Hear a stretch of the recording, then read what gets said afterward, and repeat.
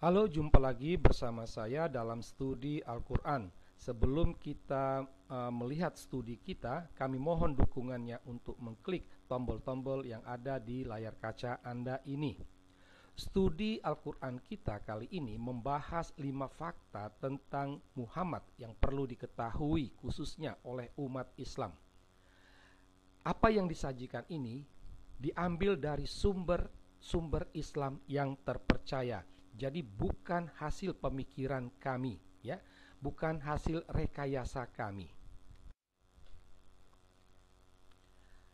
Sebagaimana yang telah diketahui oleh umum, ya, di mata umat Islam, Muhammad itu sangat disanjung, dipuja-puji, disembah bakti, ya.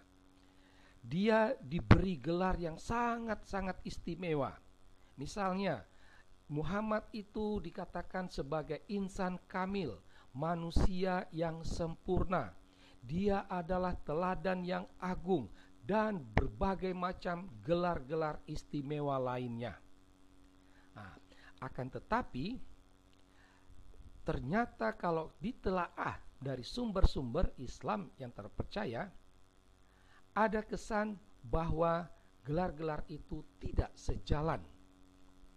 Sekarang kita akan melihat 5 fakta tentang Muhammad.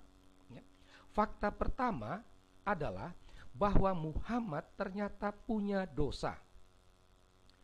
Ini dapat kita lihat, dapat kita baca dari wahyu Allah dalam surah ke-48 ayat 2, surah ke-11 ayat 112, dan surah ke-9 ayat 117, ya.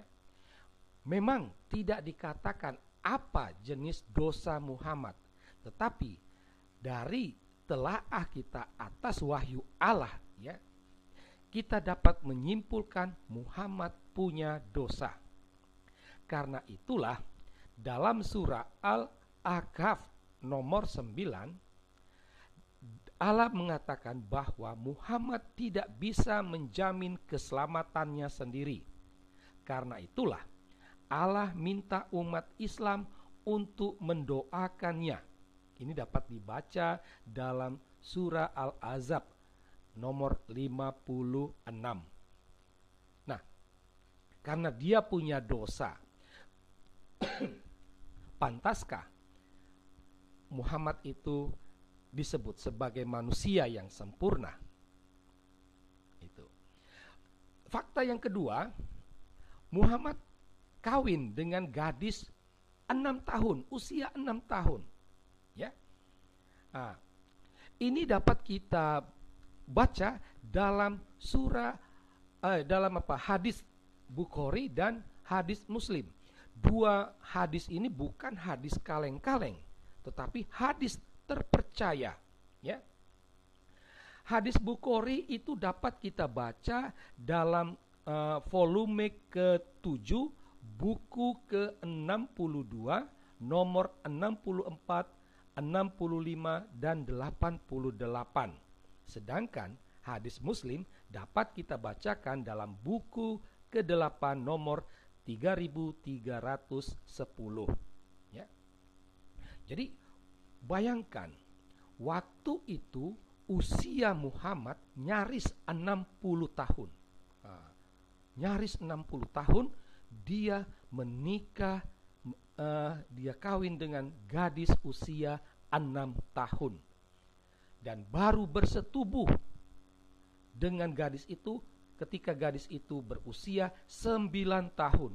Bayangkan, ya, bayangkan penis pemuda, ya, orang tua yang umur 60-an menerobos vagina anak usia 9 tahun. Bayangkan, dia bersetubuh dengan gadis usia 9 tahun. Karena itu, pantaskah ini disebut nabi? Pantaskah ini disebut insan kamil? Pantaskah ini dikatakan teladan agung? Ini fakta, bukan rekayasa. Ya. Fakta yang ketiga, Muhammad itu kuat dalam ngeseks. Ya. Ini dapat kita baca dalam hadis Bukhari, volume 1, buku kelima, nomor 282. Di sana diceritakan, dalam satu malam Muhammad ngeseks, berhubungan seks dengan 9 orang istrinya. Ya. Itu keterangannya. Nah, kita tidak tahu apakah setiap malam, ataukah seminggu sekali, atau seminggu 2-3 kali, atau sebulan 4 kali, kita nggak tahu. Yang pasti dalam satu malam Muhammad bersetubuh dengan 9 orang istrinya. Kita juga tidak tahu apakah kegiatan seksual itu dilakukannya bergilir, ya. Dia ke istri yang pertama, setelah itu pindah ke istri yang kedua, pindah ke istri yang ketiga. Seperti itu, ataukah bersamaan, ya. Jadi dia bersama dengan 9 istrinya dalam satu ruangan, baru semacam pesta seks gitu. Apakah seperti itu? Kita tidak tahu. Tetapi bayangkan, kalau seandainya satu istri itu dia butuh waktu 1 jam, berarti ada 9 jam dia, maka ini betul, kuat betul dia dalam seks ini. Apakah ini yang disebut teladan agung? Kita tidak tahu. Ya. Fakta yang keempat, Muhammad itu di satu sisi bisa dikatakan dia disetarakan dengan Allah. Ya. Tuh misalnya dalam surah An-Nisa ayat 80, Allah berkata, taat kepada Muhammad itu sama dengan artinya taat kepada Allah. Wah, luar biasa. Jadi kalau dinegatifkan, tidak taat kepada Muhammad berarti tidak taat kepada Allah. Ini kan berarti Muhammad dengan Allah ini setara. Sedangkan dalam surah An-Anfal ayat 1, ketaatan kepada Muhammad dan kepada Allah itu sebagai indikasi keberimanan. Hal ini kembali ditegaskan dalam surah Al-Fat ayat 9, ya, bahwa beriman kepada Muhammad itu sama artinya beriman kepada Allah. Inilah indikasi yang menunjukkan adanya kesetaraan antara Muhammad dengan Allah. Ya, karena itulah tidak beriman kepada Muhammad atau tidak beriman kepada Allah atau menentang Muhammad dan menentang Allah itu artinya masuk neraka. Itu wahyu Allah. Atau orang yang memerangi Muhammad, ya, dan Allah itu wajib dibunuh. Itu dalam surah Al-Maidah ayat 33. Jadi ada kesetaraan antara Muhammad dengan Allah. Fakta kelima, Muhammad memerintahkan untuk membunuh orang yang murtad, orang Islam yang meninggalkan iman Islamnya.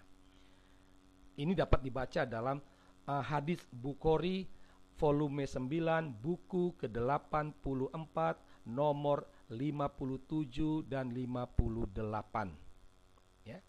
Jadi luar biasa bahwa ini perintah Muhammad untuk membunuh orang yang murtad. Karena inilah dia dikatakan sebagai teladan yang agung. Kita sampai pada kesimpulan, ya. Tampak jelas bahwa klaim umat Islam atas Muhammad yang sebagai insan kamil, manusia sempurna, teladan agung itu berbanding terbalik dengan faktanya. Karena tidak ada fakta yang menunjukkan Muhammad itu sebagai manusia sempurna, ya. Dari 5 fakta ini tampak jelas bahwa inilah alasan kenapa orang Kristen tidak menerima Muhammad sebagai nabi. Masa nabi bersetubuh dengan anak usia 9 tahun padahal dia sudah punya beberapa istri. Kan seperti itu, ya. Kesimpulan ketiga, bahwa kelima fakta ini membuat tidak sesuai dengan gelar Muhammad sebagai insan kamil dan teladan agung. Demikianlah studi Al-Quran kita tentang 5 fakta Muhammad yang perlu diketahui. Sekian dan terima kasih.